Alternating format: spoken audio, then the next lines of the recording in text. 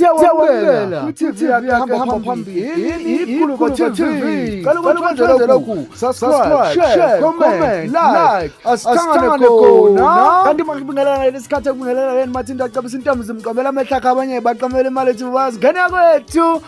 Umshubele-ke uFikile Mbalula kanye-ke noKoleni Malachi emva kokuba kusabalala ividiyo yabo begxeka uRamaphosa, kanti-ke abe-MK babe-ke sebeveza ukuthi cha ababafuni laphana kwi-MK, kanti-ke abamatekisi babe sebeveza ukuthi bayabonga ngoFikile Mbalula njengoba bejoyine i-MK bayijoyine ngephisi, bacela ukuthi-ke behlale ngokuthula. uFikile Mbalula abamceli kanye-ke no-Minister of Youth League laphana-ke owaziwa ngoKoleni Malachi abamceli, kanti futhi uKoleni Malachi awokeshiye ama-bodyguard ukuze ebone kahle ukuthi osomatekisi noma-ke abantu abasebenza kulezi imboni ey'ncane noma ey'nganakiwe bayini, bayobona kahle ukuthi ngaleyo langa uyoba yini. uKoleni Malachi ugodole obekhulumela osomatekisi ube esesho kanje: Sanibona noyengane zakwethu, ugodolekelo okankomgodolo umfana, niyalwazi udaba wathi umgqumene esayihambela sebexabene laba bantu ibo laba babesithuka ibambe ngakho.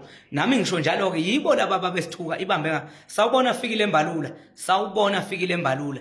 Lalela ke tata, lalela tata, ungizwisise kahle Fikile Mbalula. Yeso baba, uma kuukuthi kukhona okwenzela kwi-ANC sicela ungasifaki lapho. Yeso uma bexoxa kwi-ANC asikufuni kwi-MK, thina simboni yamatekisi Fikile Mbalula asikufuni, awufunwa nawo yedwa. Wasichaphaza kakhulu wena baba. Yeso wasichaphaza too much.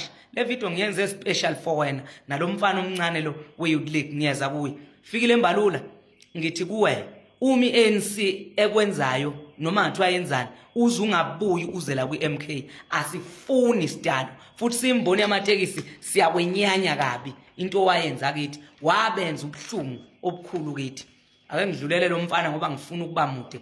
Ukhona lo mfana, wena mfana ekuthiwa uKoleni bani? uKoleni Malachi, Koleni Malachi lokuthiwa we-ANC Youth League. Mfana wami, thina kwaZulu uyahlonishwa umuntu omdala, kungathi ngoba sila kwipolitiki bese kufuneka ukhuluma umathanda wakho, ukhuluma udoti ke lokade ukukhuluma uzokhuluma ukuthi u-standard 2 dropout umncane mfana. You are a small boy, you are so young. Awuthi abakuyeke laba bakugadayo ukuze uzobona ukuthi singobani thina. Lento ikhulumayo it's a rubbish and it's a nonsense. Wena uKoleni bani? Koleni Malachi. Wena mfana uyadelela, fanele sikutshele thina uyadelela wena mfana. Awubatshela ukuthi abakuyeke ukuze uzobona ukuthi singobani. Uyadelela wena mfana. Ukuthi manje nibona ngoba sikwipolitiki bese uyadelela wena mfana. Uyadelela. Yeso Koleni Malachi uyadelela mfana. Ngakutshela akukho okuningi engizokusho ngawe. You are a small boy, you are so young. Uyadelela. Umuntu omdala uyahlonishwa. Yeso uyahlonishwa umuntu omdala. Nombuza ukuba i-comedian noma ukuba usomahlaya, kodwa mfana wami ngithi uyadelela. Ngakutshela lamazwi akho ngelinye ilanga uzowagwinya, libambe lelo lamazwi akho uzowagwinya ngelinye ilanga. Lo dodo okhulumayo yaphela lapho. Fikile Mbalula outside, phuma ne-ANC yakho ungezi la kwi-MK, bloody shit.